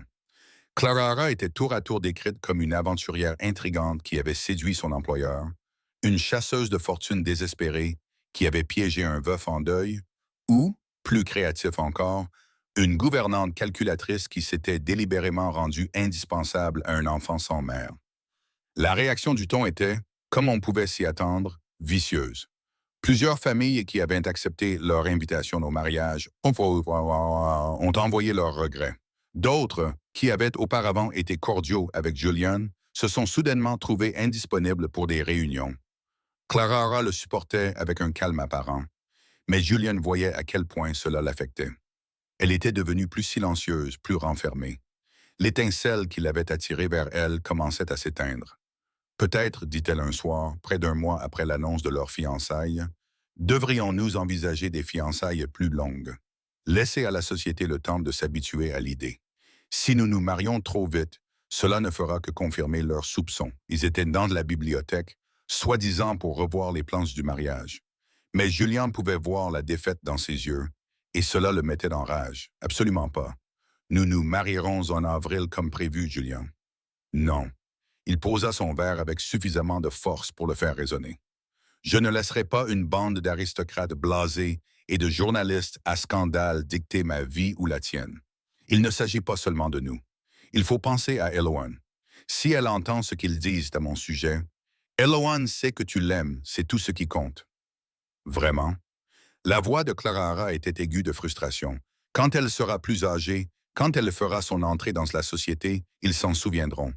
Ils chuchoteront que sa belle-mère était la gouvernante qui a séduit un duc. Cela pourrait nuire à ses perspectives d'avenir, à elle. Alors nous lui trouverons un mari qui aura le bon sens de privilégier le caractère plutôt que les ragots. Clara, pourquoi les laisses-tu gagner? Parce qu'ils ont peut-être raison. Les mots jaillirent de sa bouche. Peut-être suis-je une chasseuse de fortune. Peut-être ai-je manigancé, calculé, et me suis-je rendu indispensable. Julien traversa la pièce en trois enjambées. Il lui saisit les épaules, la forçant à le regarder dans les yeux. Arrête. Arrête de te faire du mal. Et si rien? Je sais qui tu es. Tu es la femme qui a chanté des chansons ridicules pour faire rire ma fille, qui m'a tenu tête alors que personne d'autre n'osait le faire, qui a ramené de la chaleur et de la vie dans cette maison morose. Tu m'aimes pour qui je suis, pas pour ce que je suis, et je t'aime exactement pour la même raison. Des larmes coulaient sur ses joues. C'est tellement difficile. Chaque jour, il y a un nouvel article, une nouvelle coupure, et je n'arrête pas de penser. Et si un jour tu te réveillais et que tu te rendais compte qu'ils avaient raison, et si tu le regrettais, jamais. Il la serra contre lui, la berçant contre sa poitrine. Je regretterai beaucoup de choses dans ma vie, Clara Ashcombe, mais t'aimer n'en fera jamais partie. Elle s'accrocha à lui, ses larmes imprégnant son manteau, et Julien fit un vœu silencieux. Celui qui était à l'origine des pires ragots allait le payer. Il était duc, avec des ressources et des relations qu'il ne pouvait imaginer, et il les utiliserait toutes pour protéger la femme qu'il aimait. C'est Béatrice qui découvrit la source. Elle coinça Julien dans son bureau un après-midi, le visage sombre. « C'est Amelia, dit-elle sans préambule. Julian leva les yeux de sa correspondance. Amelia, Lady Amelia Hardwick, la sœur cadette d'Alice. Il comprit soudain. Amelia avait toujours été possessive quant à ses liens avec la famille Montfort. Après la mort d'Alice, elle avait supposé qu'elle continuerait à occuper une place importante dans la maison de Julian, imaginant peut-être même qu'elle pourrait finir par devenir la prochaine duchesse. Comment le sais-tu? Parce que je l'ai confrontée directement. Béatrice s'installa dans un fauteuil, arborant l'allure de la redoutable duchesse qu'elle avait autrefois été. Je lui ai rendu visite ce matin, qui lui ai demandé sans détour si elle répandait des ragots malveillants sur votre future épouse. Elle a bien sûr nié, mais elle n'a pas pu cacher sa satisfaction face au mal causé. Je vais lui parler. Vous ne ferez rien de tel. Si vous la confrontez, vous confirmerez que sa campagne fonctionne. Non, nous devons adopter une approche différente. Les yeux de Béatrice brillaient d'un calcul stratégique. Nous devons rappeler à la société que Clara n'est pas une inconnue. C'est la fille d'un comte, avec une lignée irréprochable. Nous devons leur faire voir ce que vous voyez. Et comment proposez-vous de faire cela? En organisant un bal ici, à Montfort House, une grande fête de fiançailles. Nous inviterons tout le monde, vraiment tout le monde, la crème de la société. Nous leur montrerons Clara dans son élément, gracieuse, cultivée, charmante. Nous leur rappellerons qu'elle est l'une des leurs. Julian était sceptique. Vous pensez que les gens qui l'ont rejeté viendront vraiment? Oh, ils viendront. La curiosité seule le garantira. Tout le monde veut voir les gouverneurs qui ont attrapé un duc. Nous devons simplement nous assurer que ce qu'ils voient les fasse changer d'avis. C'était un risque. Un spectacle public pouvait soit disculper Clara, soit l'humilier davantage. Mais Julian se surprit à acquiescer. Très bien, mais nous devons le faire correctement. Ne lésinez pas sur les moyens. Je veux que chaque détail soit parfait. Parfait. Laissez-moi m'en occuper, dit Béatrice en se levant déjà avec l'air d'un général planifiant une campagne. Je ferai en sorte que ce soit une soirée qu'ils n'oublieront jamais. Lorsque Julian parla du bal à Clara, sa réaction ne fut pas celle qu'il espérait. Absolument pas, Clara. Vous voulez me parader devant toute la haute société, les laisser m'examiner comme un spécimen curieux. Jugez si je suis digne d'être votre femme. Je veux leur montrer qui tu es vraiment. Leur rappeler que tu as tout à fait le droit d'être à mes côtés. Je n'ai pas besoin de leur approbation, Julian. Peut-être pas, mais je ne veux pas que tu vives sous le poids des soupçons pour le reste de ta vie. Et surtout, je ne veux pas qu'Eloane grandisse en entendant des rumeurs sur sa belle-mère. Cela fit réfléchir Clara. Julian profita de son avantage. Une soirée, quelques heures de conversation polie et de danse. Tu as connu bien pire. Vraiment? Au moins, quand j'étais pauvre et seul, je n'avais à affronter que des créanciers. Ils étaient mercenaires, mais honnêtes à ce sujet. La haute société est mercenaire et malhonnête. Ils me souriront tout en tenant leur couteau prêt. Alors nous affronterons leurs couteaux ensemble. Il prit ses mains, sa poigne chaude et ferme. Tu n'es plus seule, Clara. Tu as moi, Béatrice et toute une maisonnée qui t'adore. Nous traverserons cette épreuve ensemble. Elle scruta son visage, puis finit par acquiescer. Un bal, mais je ne porterai rien de trop sophistiqué. Je refuse d'avoir l'air de trop en faire. Porte un sac de pommes de terre, si tu veux. Tu seras quand même la plus belle femme de la salle. Malgré tout, elle rit.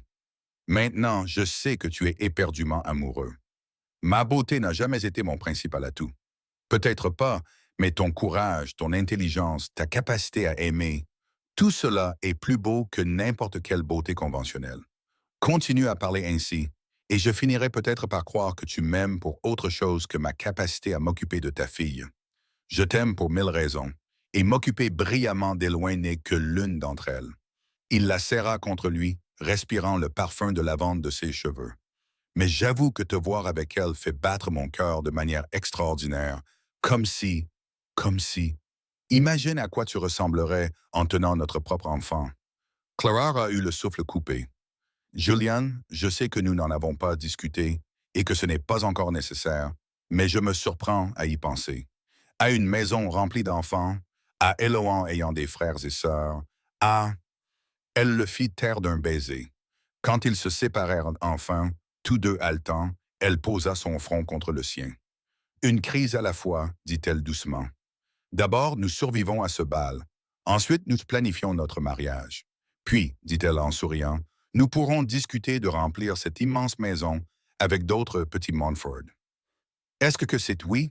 C'est on verra. Ce qui est plus que tu ne mérites, étant donné que tu viens de me condamner à une torture sociale. Je m'en excuse et je te promets de me rattraper largement après notre mariage. La chaleur de sa voix la fit frissonner. Tu es encourageante. Je suis amoureux. L'état semble être permanent. Le bal était prévu pour le premier samedi de mars, ce qui laissait 6 semaines à Béatrice pour l'organiser et 6 semaines à Clara pour paniquer. Eloane, au moins, était ravie. Tu vas ressembler à une princesse, maman Clara. Et papa dansera avec toi, et tout le monde verra à quel point il t'aime, et ils sauront que les histoires dans les journaux sont absurdes. La vérité sort de la bouche des enfants, pensa Clara. Si seulement c'était aussi simple. Mais à mesure que la date approchait, elle se retrouva prise dans les préparatifs malgré ses réserves.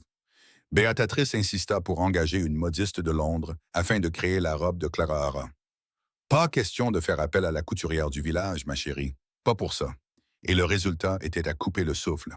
La robe était en soie, de la couleur de la nuit, coupée simplement mais élégamment, avec de délicates broderies argentées qui captaient la lumière. Elle faisait briller la peau de Clara et rendait ses yeux incroyablement profonds. « Tu ressembles à Starlight », dit Julian lorsqu'il la vit lors de l'essayage final. Sa voix était rauque d'émotion. « J'ai l'air terrifié », corrigea Clara. « Ça aussi, mais surtout comme Starlight. » La nuit du bal arriva avec une chaleur inhabituelle pour la saison, comme si le printemps avait décidé de faire une apparition précoce. Montford House resplendissait de mille feux, tous les lustres étaient allumés, toutes les surfaces polies à la perfection. Clara se tenait dans sa chambre, vêtue de sa robe de soie couleur nuit, les mains tremblantes tandis que sa femme de chambre arrangeait ses cheveux. « Tu peux le faire, dit-elle à son reflet. Tu as survécu à pire. Tu peux survivre à quelques heures de conversation polie. » On frappa à la porte et Béatrice fit son entrée, magnifique dans sa robe vert émeraude. « Oh, ma chère, tu es exquise. » Elle s'approcha de Clara et posa ses mains sur ses épaules. « Écoute-moi, ces gens pour la plupart sont des imbéciles. Ils suivent la mode et les ragots parce qu'ils n'ont rien de substantiel dans leur propre vie. Mais certains d'entre eux valent la peine d'être connus. Certains d'entre eux verront au-delà du scandale et découvriront la femme remarquable qui se cache derrière. Concentre-toi sur ces personnes. Ignore les autres. Et s'il y en a plus que les premières, alors nous les affronterons ensemble, la tête haute et notre dignité intacte. Nous sommes des Montford. Nous ne nous inclinons pas devant les ragots. Je ne suis pas encore une Montford. Tu l'es à tous les égards qui comptent. » Béatrice lui serra doucement les épaules. « Viens maintenant.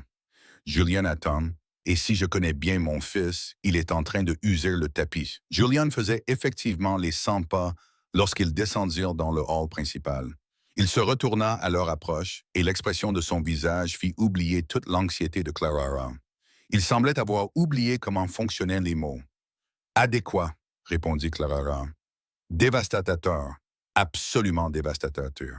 Si je n'avais pas 200 invités qui allaient arriver d'un instant à l'autre, je t'enfermerais dans mon bureau et je passerais la soirée à te convaincre de t'enfuir avec moi. T'entends. Mais Béatrice ne nous le pardonnerait jamais. » « Absolument pas, » confirma Béatrice. « Maintenant, tout le monde en place. Les premières voitures arrivent. » Clara prit place à côté de Julian à l'entrée de la salle de bal, très consciente des regards curieux des valets et des chuchotements des invités qui arrivaient. Sa main tremblait lorsqu'elle la posa sur le bras de Julian. « Calme-toi, murmura-t-il. Je suis là. » Les premiers invités entrèrent, Lord et Lady Peaton, des amis de longue date de Béatrice. Ils saluèrent chaleureusement Julian, puis se tournèrent vers Clara avec des sourires sincères. « Lady Clara, quel plaisir de vous rencontrer enfin. Béatrice nous a tant parlé de vous. »« Que du bien, j'espère, » répondit Clara. « Que du bien. Nous sommes si heureux pour vous deux. Une alliée. » Clara respira un peu plus facilement. Mais ensuite arrivèrent Lord et Lady Hartwick, accompagnés de Lady Amelia. Amelia était belle, d'une beauté fragile comme de la porcelaine coûteuse, avec des traits parfaits, un teint impeccable et des yeux comme des éclats de glace. Elle regarda Clara de haut en bas avec un mépris à peine dissimulé. Comme c'est pittoresque, la gouvernante jouant à la duchesse, L'insulte resta suspendue dans l'air. Clara sentit Julian se crisper à côté d'elle, mais avant qu'il n'ait le temps de réagir, elle dit calmement. C'est très gentil de votre part d'être venue, Lady Amelia. J'espère que vous passerez une bonne soirée. C'était parfaitement poli, parfaitement neutre, et cela rendait la grossièreté d'Amelia d'autant plus évidente. Lady Hartwick rougit. Amelia, vraiment, ce n'est pas grave, dit Clara d'un ton suave. Je suis sûr que Lady Amelia ne voulait pas vous offenser. Le chagrin peut nous faire dire des choses que nous ne pensons pas vraiment. Je comprends qu'elle était très proche de la défunte duchesse.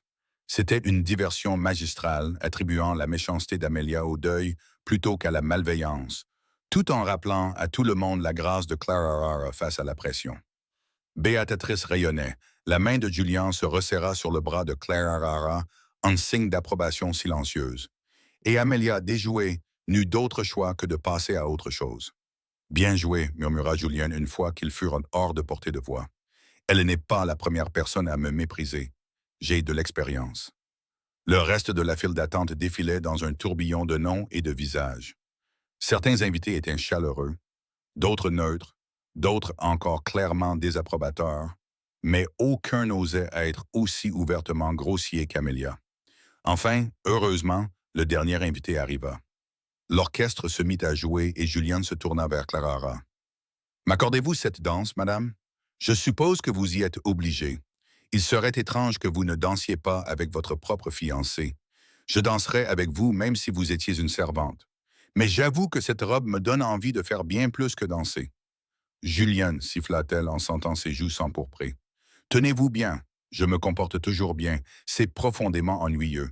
J'espère que vous m'apprendrez à me comporter mal de temps en temps, après notre mariage, bien sûr. » Il la conduisit sur la piste de danse, et Clara sentit 200 paires d'yeux suivre leurs mouvements.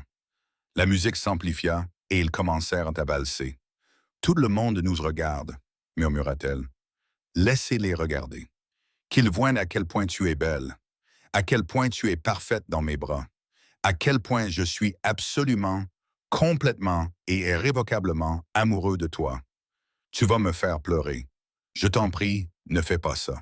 Je tiens de source sûre que pleurer rend le nez rouge, et j'ai besoin que tu restes d'une beauté intimidante pendant au moins 2 heures encore. » Elle rit malgré elle. « Où as-tu appris à être charmant? Certainement pas dans ta vie antérieure de sculpture de glace. De toi. Tu m'as appris que la vie ne se résume pas à des obligations et à la discipline, que le bonheur est possible, voire nécessaire. » Il la fit tourner, sa main fermement posée sur sa taille. « Tu m'as sauvé, Clara, de toutes les façons dont une personne peut être sauvée. Maintenant, tu essaies vraiment de me faire pleurer. Je suis juste honnête. » Ses yeux rencontrèrent des siens. Sérieux maintenant. Quoi qu'il arrive ce soir, quoi qu'ils disent, pensent ou écrivent dans leurs journaux ridicules, rien de tout cela n'a d'importance. Tu es à moi et je suis à toi, et c'est tout ce qui compte. La danse prit fin et Clara se retrouva immédiatement sollicitée par une succession de partenaires. Certains dansaient avec elle par curiosité, d'autres par sincère affection. Elle se frayait un chemin à travers la foule, hyper consciente du regard de Julian qui la suivait à travers la salle. Pendant une pause entre 2 séries, Béatrice apparut à ses côtés avec 2 coupes de champagne. « Tu te débrouilles à merveille, ma chère. Lady Peaton m'a dit qu'au moins 6 femmes avaient fait des commentaires sur ta gentillesse et ta grâce. Lord Ashford, tu te souviens de lui, l'ami de Julian à Cambridge, a dit que tu étais bien trop bien pour son ami Grandet, et que si Julian gâchait tout, tu n'avais qu'à lui faire signe et il s'enfuirait avec toi. » Clara faillit s'étouffer avec son champagne.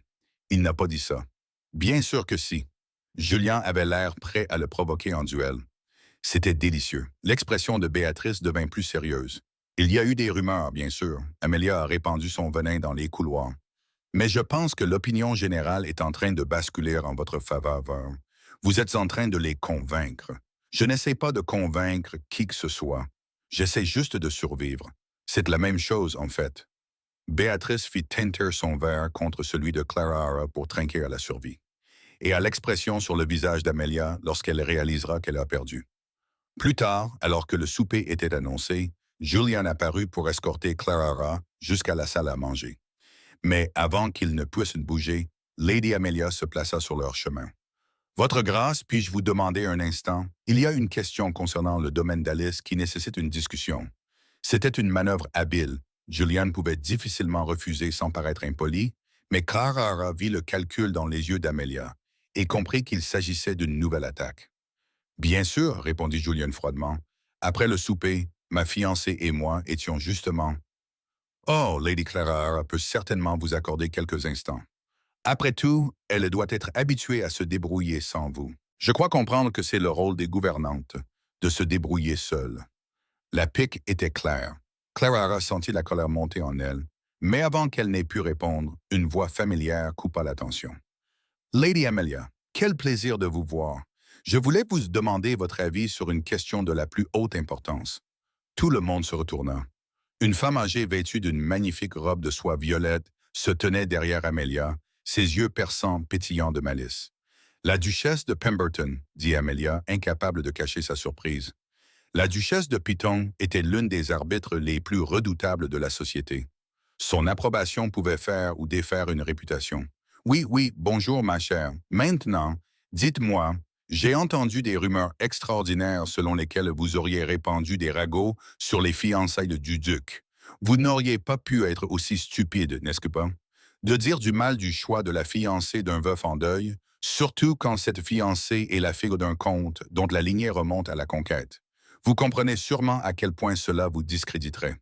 Quel est le mot que je cherche? Ah oui, mesquine. Le visage d'Amelia pâlit, puis rougit. Je ne vois vraiment pas ce que vous voulez dire, votre grâce. Oh, je pense que vous le voyez très bien.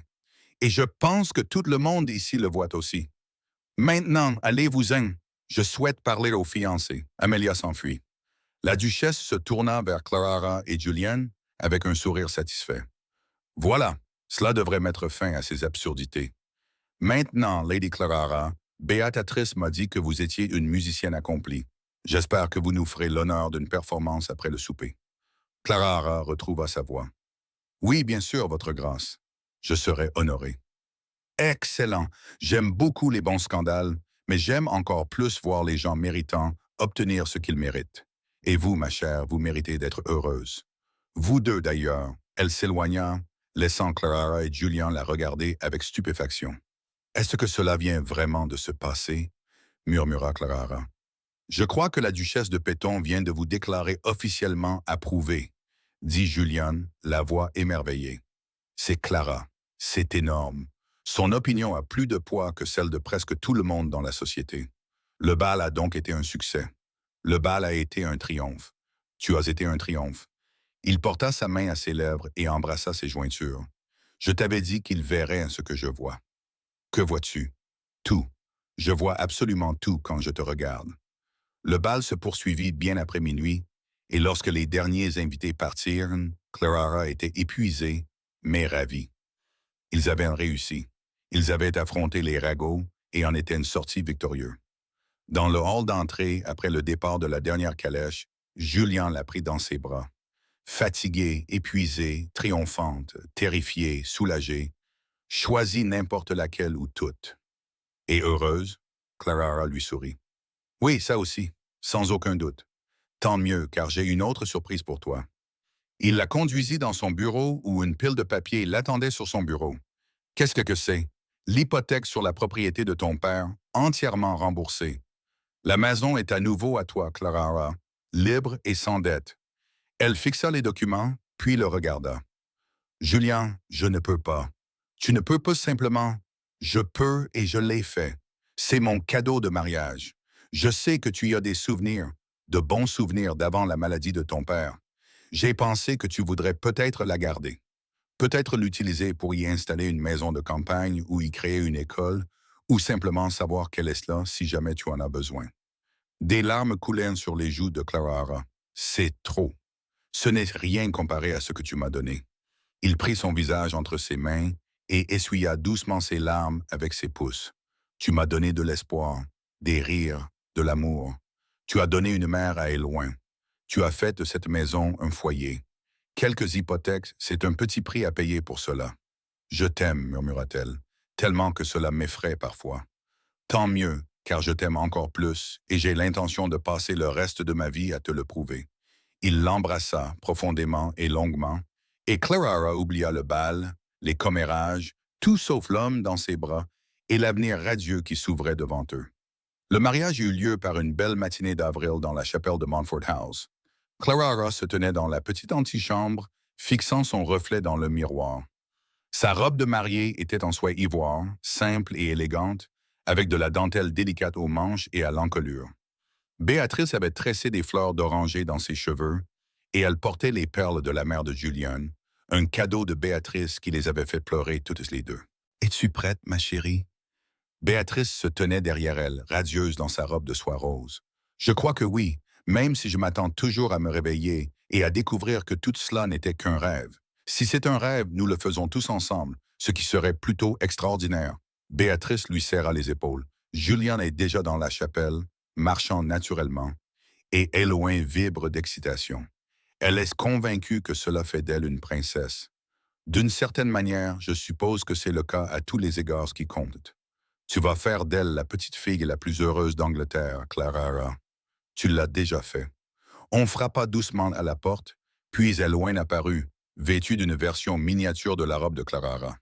Elle portait un panier rempli de pétales de rose et avait l'air si adorablement solennel que Clara dut retenir ses larmes. « Maman Clara, tout le monde attend. Es-tu prête, maman Clara ?» Ce nom lui était resté, et chaque fois qu'elle l'entendait, le cœur de Clara se gonflait jusqu'à presque éclater. « Je suis prête, ma chérie. Allons-nous rendre ton papa heureux? Il est déjà heureux. Il me l'a dit ce matin. Il a dit qu'aujourd'hui était le plus beau jour de sa vie parce qu'il allait t'épouser. Vraiment? Oui. Et puis il m'a dit qu'après ton mariage, nous formerions une vraie famille et qu'un jour, j'aurais peut-être des frères et des sœurs. Tu crois que c'est vrai? » Clara échangea un regard avec Béatrice, qui essayait de ne pas rire. « Je pense que c'est tout à fait possible, ma chérie. Tant mieux. J'aimerais d'abord avoir une sœur, s'il te plaît. Quelqu'un avec qui jouer à la poupée. Les frères peuvent venir plus tard. Je vais voir ce que je peux faire. » La musique s'amplifia et Clara prit le bras de Béatrice. Elle avait demandé à la duchesse Dagger de l'accompagner jusqu'à l'hôtel, n'ayant plus de famille pour lui faire cet honneur. « Prête ?» murmura Béatrice. « Plus que prête. » Les portes de la chapelle s'ouvrirent. La petite chapelle était remplie d'amis et de membres de la famille, loin du mariage mondain grandiose qu'il aurait pu être. Mais Clara et Julian avaient préféré l'intimité au spectacle, leurs proches aux obligations. Et là, devant l'autel, se tenait Julian. Il portait un costume de cérémonie, ses cheveux bruns légèrement ébouriffés, comme s'il les avait passés dans ses mains, ce qui, connaissant Julian, était probablement le cas. Mais lorsqu'il vit Clara, son visage se transforma complètement. Émerveillement, joie, amour, tout était là, visible par tous. Clara marcha vers lui, le cœur si plein qu'elle crut qu'il allait éclater. Éloin dispersait des pétalaires de roses devant elle, prenant son rôle très au sérieux. Lorsqu'ils atteignirent l'hôtel, Béatrice plaça la main de Clara dans celle de Julian et recula. « Bonjour, murmura Clara. « Bonjour, murmura-t-il en retour. « Tu es magnifique, tu es partial. Absolument, complètement, irrévocablement, répondit le vicaire en s'éclaircissant la gorge. « Si nous pouvons commencer, dit-il. » La cérémonie se déroula dans un tourbillon de mots et de promesses. Clara s'entendit répéter ses vœux, sentit Julian glisser une bague à son doigt, un anneau en or serti de saphir assorti à ses yeux. « Je vous déclare maintenant mari et femme. Votre grâce, vous pouvez embrasser la mariée. » Julian n'eut pas besoin qu'on le lui répète. Il prit Clara dans ses bras et l'embrassa avec une telle tendresse que la moitié de l'assemblée renifla. Lorsqu'ils se séparèrent enfin, Éloin applaudit. « Hourra! Maintenant, nous sommes une vraie famille. » Des rires parcoururent la chapelle. Julian prit sa fille dans ses bras tout en gardant l'autre autour de Clara. « La famille est la plus respectable de toute l'Angleterre, déclara-t-il. Maintenant, qui veut du gâteau? » Le repas de noces eut lieu dans les jardins de Montfort House, sous un ciel si bleu qu'il semblait peint. Clara passa la journée dans le bonheur, acceptant les félicitations, embrassant ses amis, riant des histoires de plus en plus extravagantes de Béatrix. Au fur et à mesure que l'après-midi avançait, les invités commencèrent à partir. Finalement, il ne resta plus que la famille. Julian, Clara, Éloin et Béatrice, était assis dans le jardin alors que le soleil commençait à se coucher. Eh bien, dit Béatrice en levant son verre, à la nouvelle duchesse de Montfort, puisse-t-elle apporter autant de joie, jouir à cette famille qu'elle en a déjà apporté au cœur de cette vieille femme. À Clara, répéta Julian, les yeux rivés sur le visage de sa femme. À maman, ajouta Eloane. La meilleure maman du monde, la gorge serrée, dit Clara. À la famille, celle dans laquelle nous sommes nés et celle que nous choisissons. Merci de m'avoir choisi. Plus tard, après qu'Eloane eut été portée dans son lit par une nourrice rayonnante et que Béatrice se fut retirée avec tact dans ses appartements, Julian conduisit Clara à la bibliothèque. « J'ai quelque chose pour toi, dit-il. Encore un cadeau, Julian. Tu m'as déjà tant donné. Celui-ci est différent. » Il lui tendit un journal relié en cuir. « Ouvre-le. » À l'intérieur, écrit de la main précise de Julian, se trouvaient des mots qui lui firent monter les larmes aux yeux. « Ma très chère Clara, je n'ai pas toujours été un homme bon. J'étais froid, autoritaire, plus préoccupé par le devoir que par la joie. Je croyais que l'amour rendait vulnérable et que la vulnérabilité était une faiblesse. Je me trompais sur tant de choses. Tu m'as appris que la force n'est pas l'absence de vulnérabilité. C'est le courage d'être vulnérable malgré tout. Tu m'as montré que le contrôle est une illusion, mais que les liens sont réels. Tu m'as rendu ma fille, mon rire, ma capacité à ressentir. Ce journal contient toutes les choses que j'aurais dû dire pendant notre relation, mais que j'étais trop têtu ou trop fier pour exprimer. À chaque instant, je tombais un peu plus amoureux de toi. Chaque fois que tu m'as surpris, mis au défi, changé. Je les écris maintenant pour que dans quelques années, lorsque nous serons vieux, que nos enfants auront grandi et que Montfort House sera rempli de petits-enfants, tu es la preuve que j'ai su dès le début à quel point j'étais chanceux, béni, et à quel point je t'appartiens, tout mon amour, pour toujours. Julian. Clara leva les yeux et vit qu'il la regardait avec une expression si tendre qu'elle en eut le souffle coupé. « Je ne suis pas doué avec les mots, dit-il doucement. Pas comme toi, mais je voulais que tu aies quelque chose de permanent. Quelque chose qui exprime ce que je ne peux parfois pas dire. Tu es plus doué avec les mots que tu ne le penses. » Elle posa le journal et se blottit dans ses bras. « Et tu es très doué pour d'autres choses aussi, comme embrasser. Tu embrasses très bien. C'est un grand compliment. Tu veux me faire une démonstration de ton talent? » Elle s'exécuta avec application. Quand ils finirent par reprendre leur souffle, tous deux haletants, Julian posa son front contre le sien. « Je n'aurais jamais pensé vivre ça, admit-il. Après la mort d'Alice, je pensais que tout était fini. Il ne me restait plus que le chagrin et le devoir, puis tu es entré dans ma maison, trempé et rebelle, et tout a changé. J'étais terrifié ce jour-là. Tu ne l'as pas montré. Tu as simplement relevé ton menton et m'as dit que je me trompais au sujet de ma propre fille. Personne n'avait osé me parler ainsi depuis des années. Probablement parce que tu es intimidante, puissante et ducale. Ducale? C'est un mot que j'ai inventé. Il rit d'un rire riche et chaleureux. Tu l'as inventé? Bien sûr. Ma duchesse invente des mots et des règles et bouleverse mon monde soigneusement ordonné. Est-ce une plainte? Jamais. C'est une célébration. Il l'embrassa à nouveau, plus lentement cette fois, plus profondément. Je t'aime, Clara Montfort, ma femme, ma duchesse, mon tout. Je t'aime aussi, mon duc impossible, têtu et merveilleux. Ils restèrent tous là enlacés, tandis que la nuit tombait et que Montfort House s'enveloppait d'un silence paisible. 5 ans plus tard, Ella et Margaret Montfort posaient immédiatement votre frère. La voix de Clara résonna dans le jardin, exaspérée, mais amusée. Elle se tenait sur la terrasse de Montfort House, une main posée sur son ventre très rond, regardant Elwyn, 11 ans, courir après son frère Thomas, 3 ans, autour des rosiers. « Mais maman, il a pris mon livre. Il a 3 ans. Il ne sait même pas à quoi sert un livre. Il pense probablement que c'est un chapeau. Ce n'est pas un chapeau. Ilan, chérie, n'oublie pas que tu es censé montrer l'exemple. Où est ta sœur? Alexandra est avec papa. Il regarde les chevaux. Au même moment, Julian apparut depuis les écuries.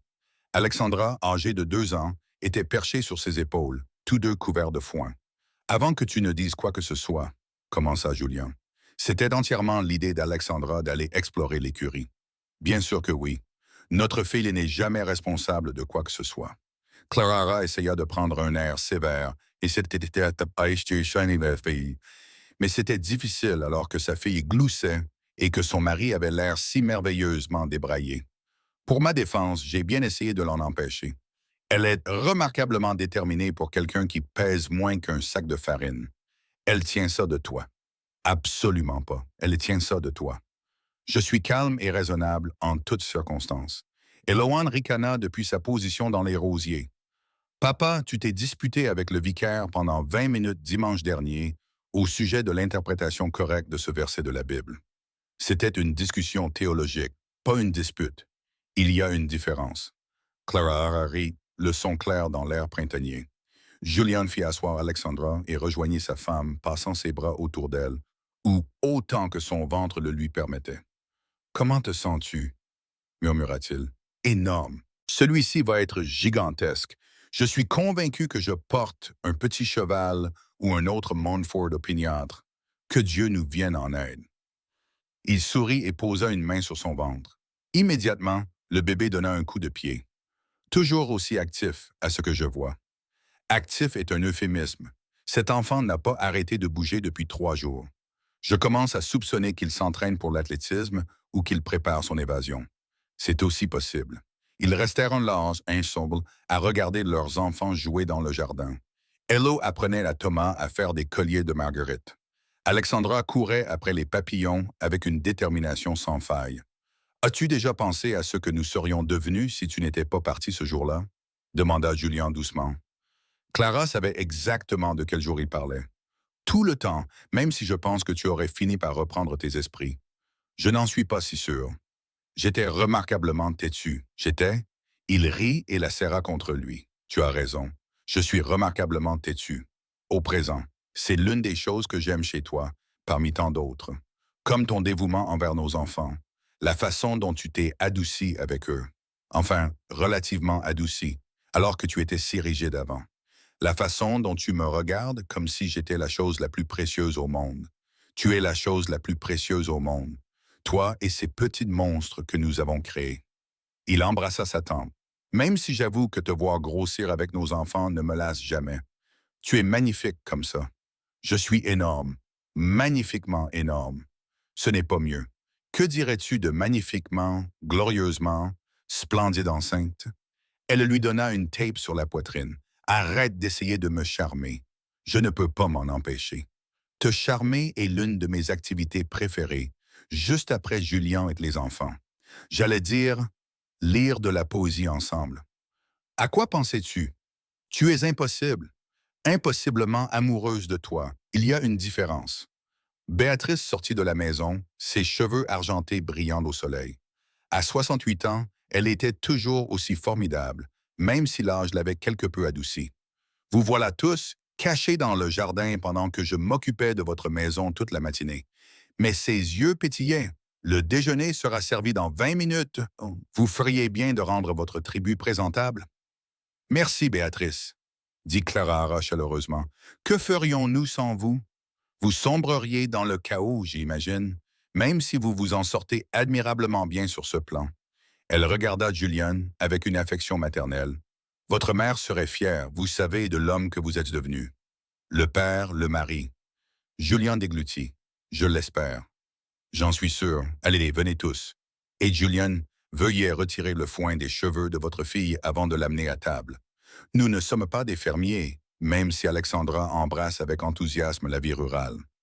Après son départ, Clara et Julian rassemblèrent leurs enfants et les conduisirent vers la maison. Thomas demanda immédiatement à être porté. Alexandra insista pour apporter 3 fleurs différentes au déjeuner, et Eloane se lança dans une explication complexe d'une histoire qu'elle était en train d'écrire. C'était le chaos. C'était bruyant. C'était désordonné. C'était absolument parfait. Ce soir-là, après que les enfants se soient enfin endormis, un processus qui impliqua 3 histoires, 2 verres d'eau, une vérification qu'il n'y avait pas de monstre sous le lit, et l'insistance d'Alexandra pour que son père borde personnellement chacune de ses 17 poupées. Clara et Julian se retirèrent dans leur chambre. « Épuisé ?» demanda Julian en regardant Clara s'allonger prudemment sur le lit. « Plus qu'épuisée, mais heureuse, » répondit-elle. Il s'assit à côté d'elle et commença à retirer des épingles de ses cheveux avec une aisance acquise par l'habitude. C'était désormais un rituel nocturne, ce moment d'intimité tranquille. Y a-t-il quelque chose que tu ferais différemment? Demanda-t-elle doucement en regardant en arrière. Épouser quelqu'un d'un rang social bien inférieur au tien, faire face au scandale, au ragot, les mains de Julian s'immobilisèrent. Jamais, pas un seul instant. Tu es la meilleure décision que j'ai jamais prise, Clara Rara, la seule qui ait vraiment compté. Même quand je suis gonflé et de mauvaise humeur et que je ne vois plus mes propres pieds, surtout dans ces moments-là, car cela signifie que nous construisons quelque chose ensemble. Cette famille, cette vie, ce bonheur que nous avons créé à partir de rien. Il déposa un baiser sur son épaule. Le monde peut colporter des ragots autant qu'il veut. Qu'il le fasse. Nous ne l'entendrons même pas, couverts par les rires de nos enfants. Clara se tourna vers lui, les larmes aux yeux. Comment ai-je pu avoir autant de chance? La chance n'a rien à voir là-dedans. Tu es parti, tu t'en souviens? J'étais arrogant et cruel, et tu es simplement parti. Tu as refusé que je te traite comme si tu ne valais pas ce que tu méritais. La meilleure décision que j'ai jamais prise. La deuxième meilleure. La meilleure a été de décider de rester. De me donner une chance de prouver que je pouvais être meilleur que mon pire moi. Tu es tellement meilleur que tu ne le crois, Julien. Tu l'as toujours été. Tu avais juste besoin d'une permission pour le montrer.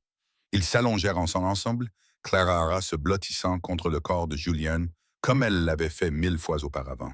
« Je t'aime », murmura-t-elle, déjà gagnée par le sommeil. « Plus que je n'aurais jamais cru possible. Je t'aime aussi. Pour toujours, quoi qu'il arrive. » Alors qu'elle s'endormait, Clara repensa au chemin qui les avait menés ici, d'employeur et gouverneur à mari et femme, d'individus solitaires à une famille de 6, bientôt 7, d'une maison froide et silencieuse à une maison remplie de chaleur, de rires et d'amour. Elle avait quitté un duc qui pensait pouvoir la remplacer par 50 autres femmes. Au lieu de cela, il avait passé 5 ans à prouver qu'elle était irremplaçable. Et elle avait passé 5 ans à lui montrer que l'amour n'était pas une faiblesse à contrôler, mais une force à célébrer. Ensemble, ils avaient construit quelque chose qu'aucun d'eux n'avait osé espérer. Un foyer, une famille, un avenir plein de possibilités. Et si ce n'était pas une fin heureuse, pensa Clara, alors que le sommeil la gagnait enfin, alors elle ne savait pas ce que c'était. Fin. Merci beaucoup de nous avoir accompagnés jusqu'à la fin de ce voyage émouvant. Si vous avez été ému par l'histoire de Clara et Julian, par la transformation d'une maison froide en un foyer chaleureux, par le rire d'une petite fille et par le genre d'amour qui abat tous les murs, alors n'hésitez pas à aimer, commenter et partager cette vidéo. Votre soutien est ce qui permet à nos histoires de vivre et ce qui nous inspire à continuer à vous proposer des récits pleins d'amour, de rédemption et de rebondissements inoubliables. Nous serions ravis de connaître votre avis dans les commentaires. N'oubliez pas de vous abonner à notre chaîne et de cliquer sur la cloche pour ne rien manquer de nos prochaines vidéos. Et n'oubliez pas, à la fin de cette vidéo, une autre belle histoire vous attend.